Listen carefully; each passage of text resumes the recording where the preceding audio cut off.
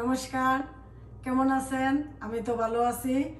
আজকে আমাদের রাত্রের খাবার মেনু হইল লতা চিংড়ি আর হইল ইলিশ মাছের ডিম, পেঁয়াজ দেওয়া ভাজি, মুসুরি ডাল রান্না করছি। আর এখানে হইল আমার রাইস। ভাতটা চুলাতে আমি রান্না করি, বরাবরই বলছি আমার রাইস কুকার নষ্ট হয়ে গেছে, তার জন্য আমি চুলাতে রান্না করি। আর দুইটা রেসিপি আমি দেখানোর চেষ্টা করছি, আশা রাখি আপনাদের ভালো লাগবেন। দেখবেন আমার রেসিপিগুলো এরকম হইল, তাইলে আপনারা দেখতে থাকুন আমার ব্লগটা, আশা রাখি ভালো লাগবে আপনাদের। আজকে আমি কি রান্না করবো তাহলে আপনাদের কাছে বলি। আজকে রান্না করবো লতা, একদম ক্লিন করা দেশের লতাটা। দেশে তো বাসায় আইন না বাঁচতে হয়, আমাদের আর বাঁচতে হয় না। আমাদের বাংলাদেশের মানুষে আমাদেরকে একদম ক্লিন করে দিয়া দেয়। আমরা খালি এই প্যাকেটটা খুললা ধুইয়া একটু ভাপ দিয়া পরে রান্না করি। এই যে একদম সুন্দর এবং মানে পট করে গইলা জায়গা, কোনো কষ্টই হয় না। তারপর রান্না করবো মুসুরি ডাল, তারপরে হইল ইলিশ মাছের ডিম। ইলিশ মাছের ডিমও আজকে ভাজি করবো। কার কার পছন্দ ইলিশ মাছের ডিম বলবেন, আমার তো খুব প্রিয়। মানে ইলিশ মাছটাই আমার খুব প্রিয়, আমি খুব ইলিশ মাছ পছন্দ করি। তারপরে লতা দিয়া চিংড়ি মাছ দিয়ে রান্নবো। এটা হইল লতা খাইতে মন চাইতেছে, সবচেয়ে বেশি ভালো লাগে কিন্তু শুটকি দিয়া। কিন্তু দুয়ার গন্ধ হয়ে যাইব, তার জন্য শুটকি রান্না করতে পারি না। কোনো কিছু তো খুলতে পারি না, ঘর বদ্ধ, দরজা জানলা কোনো কিছু খোলা যায় না, তার জন্য চিংড়ি মাছ দিয়ে রান্না করে খাবো। চিংড়ি মাছগুলো ছোট ছোট করে কাটটা নিব পরিষ্কার করে, আর ডাল রান্না করব। যদি সম্ভব হয় ইলিশ মাছের ভাজিও করব ইলিশ মাছের ডিমের সাথে, দেখা যাক। অনেক সময় মাইন্ড চেঞ্জ হয়ে জায়গা, আবার নাও করতে পারি। ডালটা সিদ্ধ হয়ে যেতেছে, ডাল বসাইলাম। আর এই যে আমার লতাটা এইভাবে বসাইলাম, অল্প একটু জল দিয়ে লতাগুলা ধুয়ে দিয়ে দিছি, আর সাথে অল্প একটু হলুদ দিছি, তাহলে কালারটাও সুন্দর হয়। আর অল্প একটু টিপ দিয়ে দেখবো সিদ্ধটা কেমন হয়েছে, হালকা একটু সিদ্ধ হলে নামাই নিব। এইভাবে আমি সিদ্ধ করে আনি। লতা আমার সিদ্ধ হয়ে গেছে, এখন আমি নামাই নিব। হালকা করে খালি একটু জাস্ট ভাপ দিয়ে নিছি হলুদ দিয়ে, কালারটাও সুন্দর হয়েছে। আর এদিকে আমি চিংড়ি মাছগুলা কিউব করে কাটতে নিছি, ভাপ দিয়ে আমি জড়াই রাখছি এভাবে। তারপরে লতার জন্য রেডি করছি আমি কাঁচামরিচ, পেঁয়াজ, রসুন আর এই যে চিংড়ি মাছগুলো। চিংড়ি মাছ আমি আলাদা ভাজি করবো না, আমি পেঁয়াজ রসুনের সাথে ভাজি বসাইলাম। গরম হয়ে গেছে, আমি তেল দিয়ে দিব। তেল দিয়ে দিব রসুন কুচি, সাথে পেঁয়াজ কুচি করে গেছে।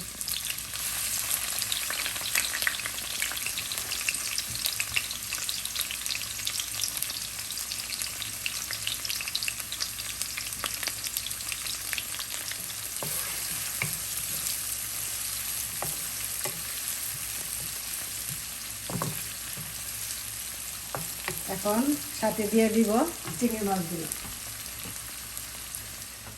চিংড়ি মাছগুলো দিয়ে দিব।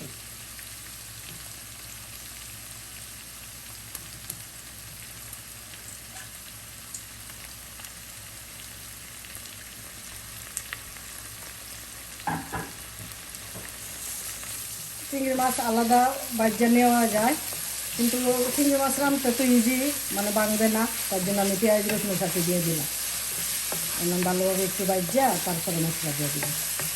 মশলাও কিছু দিব না, একদম হলুদ আর একটু মরিচের গুঁড়া, লবণ। দেখেন ডাইলও আমার সিদ্ধ হয়ে গেছে, ওইটা রান্না করে তারপর ডাইলটা আমি সম্পর্ক দিয়ে দিব। এদিকে ডাইলও খুব ভালো, বসাইলে একটু সময় সিদ্ধ হয়ে যাবে।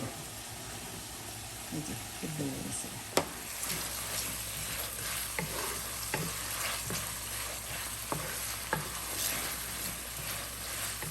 রসুন পেঁয়াজ একসাথে আমার ভাজি হয়ে গেছে, এখন আমি হলুদ আর মরিচের গুঁড়া দিয়ে দিব।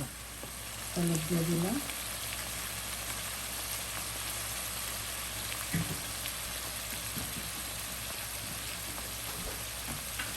তারপর দিয়ে দিব মরিচের গুঁড়া।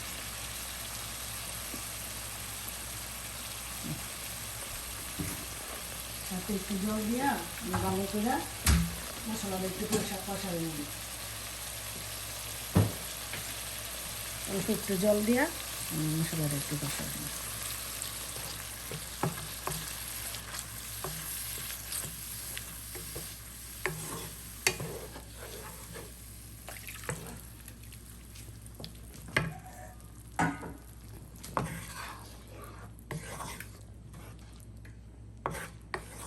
কাঁচামরিচ দিয়ে দিলাম আর সাথে দিয়ে দিব লবণ, কারণ আমি চামচ দিয়ে দিতে পারি না, হাত দিয়ে দিয়ে যে অভ্যাস, আমি হাতে দিয়ে দিলাম।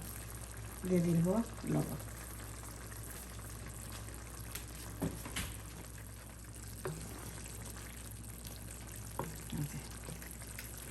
মশলাটা কষাইয়া তারপর আমি লতাগুলা দিয়ে দিব। এই তো ঝটপট হয়ে গেল আমার লতা রান্না, একদম ইজি। কষানো হয়ে গেছে, এখন আমি লতাগুলা দিয়ে দিব।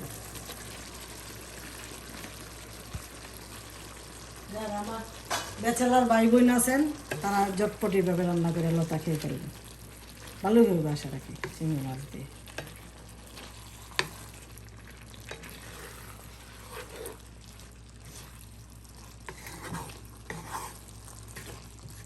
এখন আমি একটু ডাইকা দিব, মানে সবগুলা লতার ভিতরে যেন রসগুলা ভালোভাবে ঢোকে।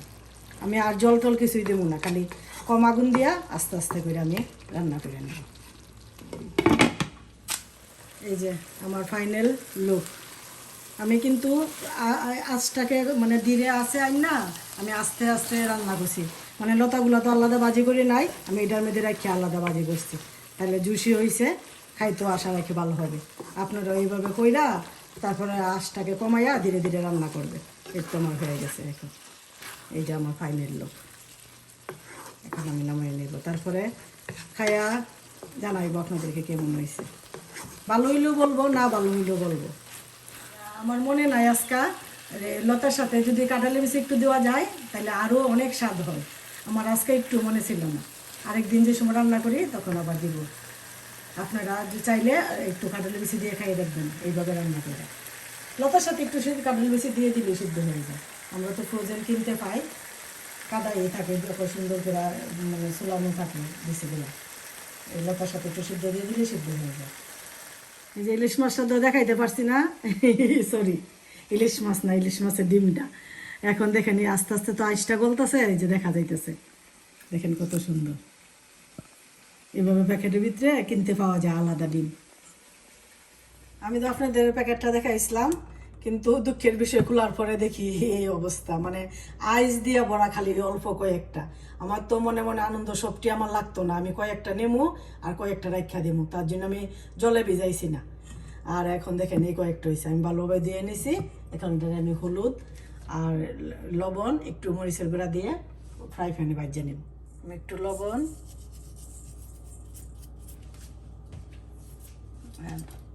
অল্প একটু মরিচের গুঁড়া,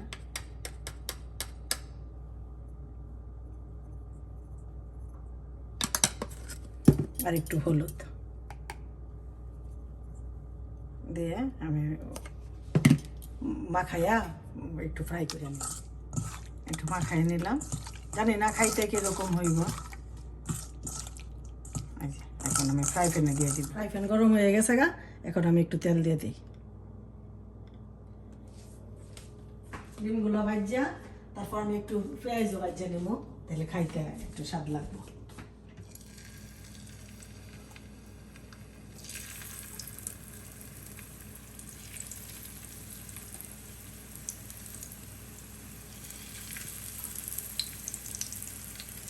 দেশের মতো হয় না, যতই আমরা মানে শখ করে আনি জিনিস, দেশের সেই স্বাদটা পাওয়া যায় না। কিন্তু তাও মানে খুশি যে সব কিছুই যে আমরা পাই।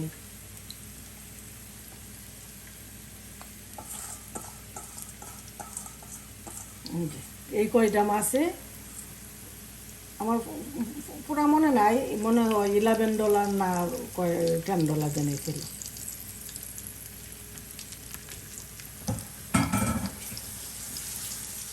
আমি এই ডিমগুলা আলাদা বাটির মধ্যে নামাই নেব না, সাইড করে দিলাম, কারণ আমার ফ্রাই প্যানটা বড় আছে। এখন আমি মাঝখানে পেঁয়াজটা দিয়ে দিব।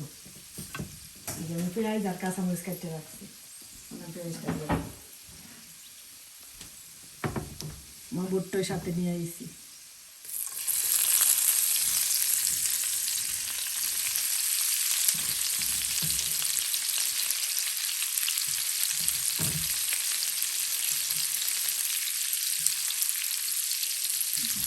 একটু করে দিই, একটু হলুদ দিয়ে দিই,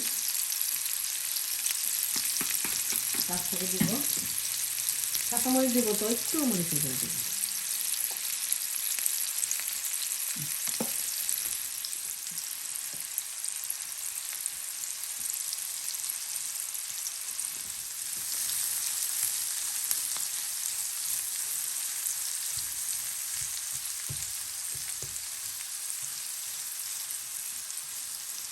দেশের মতো তো আর টেস্ট হইতো না, আমরা দেশের কথা মনে কইরা বাইবা খাই নেবো আর কি।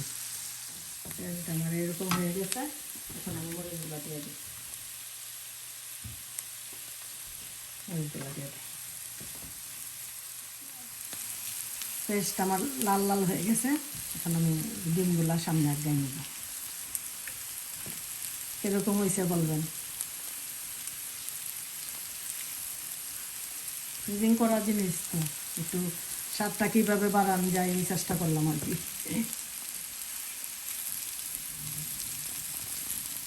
আমার ফাইনাল লুক।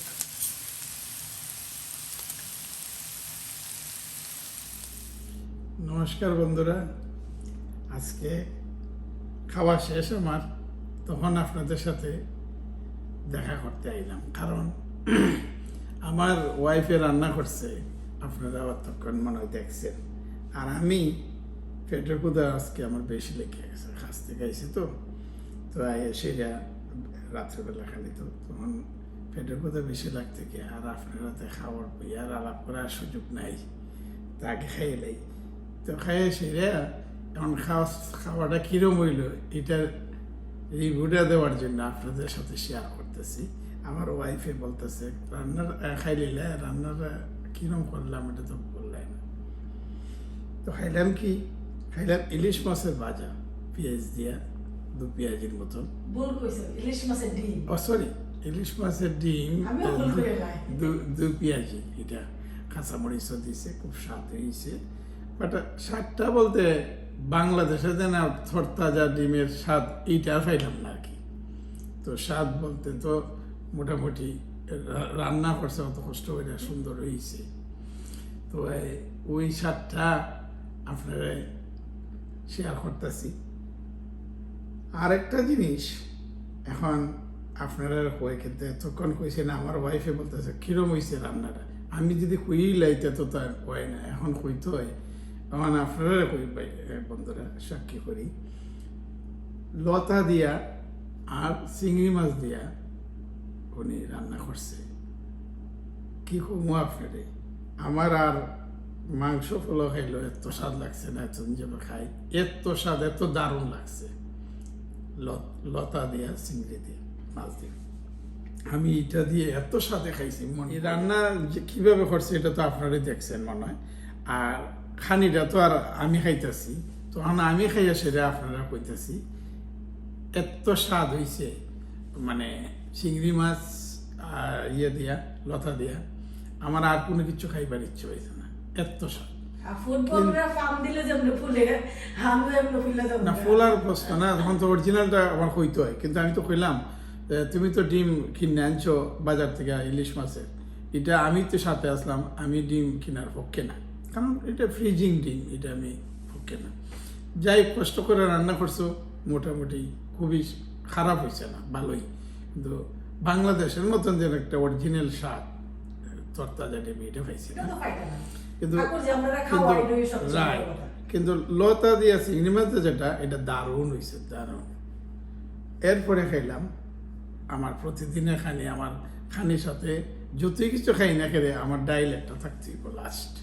তো ওই ডাইল দিয়ে লেবু দিয়ে খাইলাম। তো আজকের খানিটা খুবই ভালো হয়েছে, রাত্রেবেলা খানি। আপনারা তো কথাগুলো শেয়ার করলাম। আর এইভাবে আমরা সুন্দর সুন্দর ভিডিও দেওয়ার জন্য আপনারা আমাদেরকে উৎসাহ দিবেন। আর আপনারা আমাদের চ্যানেলের সাথে থাকবেন, চ্যানেলকে সাবস্ক্রাইব করবেন, লাইক দিবেন, শেয়ার করবেন, কমেন্ট করে জানাইবেন কীরকম লাগলো। নমস্কার, এতক্ষণ আমাদের সাথে থাকার জন্য। আপনারা ভালো থাকবেন, সুস্থ থাকবেন, নিরাপদে থাকবেন। অনেক বন্ধুরা আমাদের ভিডিও দেখে কিন্তু সাবস্ক্রাইব করে না, প্লিজ প্লিজ আমাদের চ্যানেলটা সাবস্ক্রাইব করবেন। আমরা অনেক কিন্তু আপনারা চেষ্টা করব আপনাদেরকে ভালো কিছু দেখার জন্য। আপনারা দেখেন এটা আমরা খুব খুশি, খুবই আনন্দ পাই। কিন্তু সাবস্ক্রাইবটা তো জায়গাতে লড়তেছে না, তখন আমরা মনটা বেশি একটা আনন্দ লাগে না। আপনারা আনন্দ দেন, আপনারা সাবস্ক্রাইব করবেন প্লিজ। আপনারা ভালো থাকবেন, সুস্থ থাকবেন, আমাদের জন্য আশীর্বাদ করবেন। ওকে, বাই, নমস্কার, ভালো থাকবেন।